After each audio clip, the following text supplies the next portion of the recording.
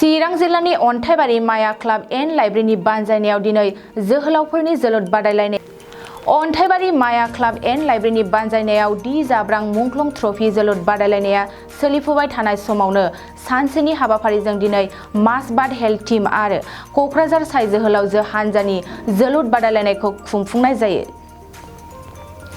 बे बादायलायनायनि मेचखौ क'क्राझार साइ क्लाबाव देरहासार जानो हादों।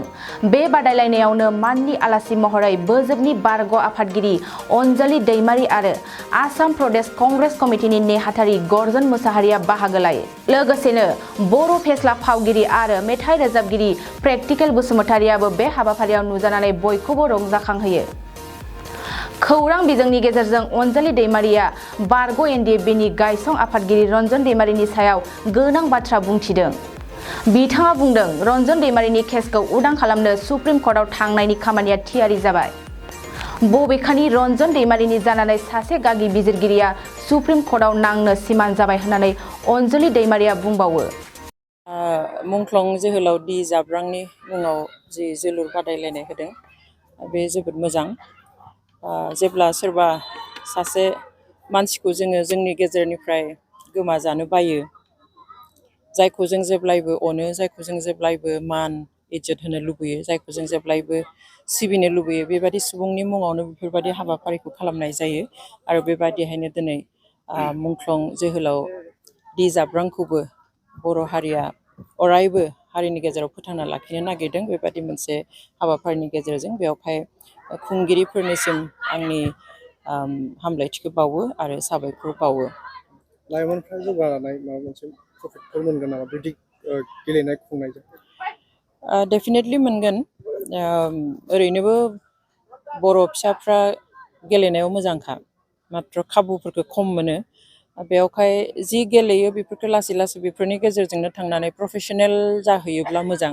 गासैबो रोखोमनि गेलेनायखौनो बा मावनायखौनो जुदि जोङो प्रफेसनेल लेभेलाव लांनो हायो, बे बयनिबो थाखाय मुलाम्फा होयो। आरो जों आसा खालामो बर'फ्राबो दा बेबादि जोलुर गेलेनायाव आइजोफ्रानो होन बा हौवाफ्रानो होन बेफोर बादायलायनायनि गेजेरजों जाहाथे जोंनि गेलेग्राफोरखौ प्रफेसनेल जानो थाखाय थुलुंगा होनो हायो।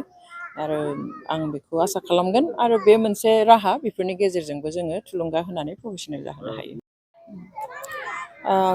हाइकर्टनि जाजमेन्टनि उनावहाय जोंहा मोनसे स्कप दंबावो सुप्रिम कर्टआव थांनाय। जेरै लवार कर्टआव जाजमेन्ट होयोब्ला जों बेखौ हाइकर्टआव चेलेन्ज खालामफिननो हायो। बेबायदिहाय हाइकर्टआव जुदि एखे जाजमेन्टखौनो होयोब्ला बा जों जुदि सन्तुस्ट' जायाब्ला जोङो आरो सुप्रिम कर्टआव थांनायनि लामा थायो। बेबायदिनो जों अलरेडि डिसिसनल' लानाय नङा, थांखिल' लानाय नङा, बेखौहाय सुप्रिम कर्टआव लांनायनि गुथै जुजाया जाबाय, खामानियाबो जागायजेनबाय। जोंनि एडभकेटआ सुप्रिम कर्टआव थांना सुप्रिम कर्टनि एडभकेट सासे अलरेडि थिक खालामबाय, बिथाङा लानो थाखाय एग्रि जाबाय। आरो दा एवारनि खामानिया सोलिगासिनो पेटिसन फाइलनि थाखाय। जों हाइकर्टनि भार्डिक्टनि उनाव मास मोनथामनि उनावनो सुप्रिम कर्टआव केसखौ फाइल खालामथारनांगौ।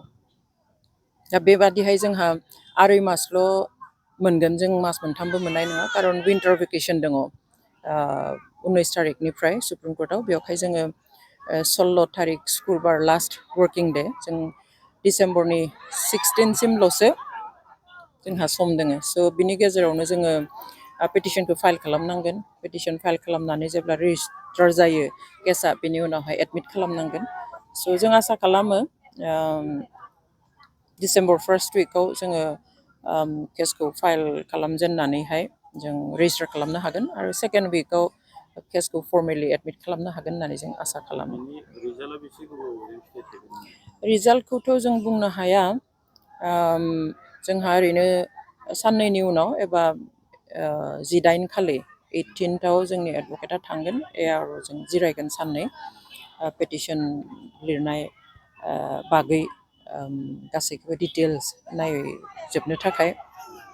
बे समावनो जोंनि हाइकर्टनि सिनियर एडभकेटजोंबो कनसाल्ट खालामनाय जागोन।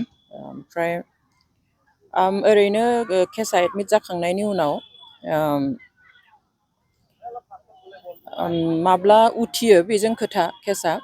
ओरैनो गेजेराव बेल फाइलनि खामानिबो मावनाय जागोन। आरो एक्चुअल हियारिंआ हयथ' मालाबा बोसोरसेनि उनावबो उथिनो हागौ मालाबा बोसोरनैनि उनाव मालाबा हयथ' 6 मासनि उनावबो बेखौ थिग बुंखानो हाया बेसेबांनि उनाव उथिगोन बा ओंखारगोन बेवहाय जों आसा खालामो एसे थाब उथिगोन आरो जेब्ला केसा उथिगोन अब्ला हियारिं आर्गुमेन्ट बेनि उनाव जों रिजाल्टखौ मोनगोन बे बोसोरनै बोसोरथामनि भितराव जागोन होननानै जों आसा खालामदों जदिव जोङो बुंस'नो हाया जों डेफिनेटलि आसा खालामदों जों हाइकर्टआवबो आसा खालामदोंमोन आरो हाइकर्टआव मा खारननि थाखाय एसेबो सोलाय सोल' जायासै भार्डिक्टआ जों गावबो सोमोनांदों ओमफ्राय जों आसा खालामो सुप्रिम कर्टआ बेयाव मोनसे मोजां बिसार होगोन होननानैहाय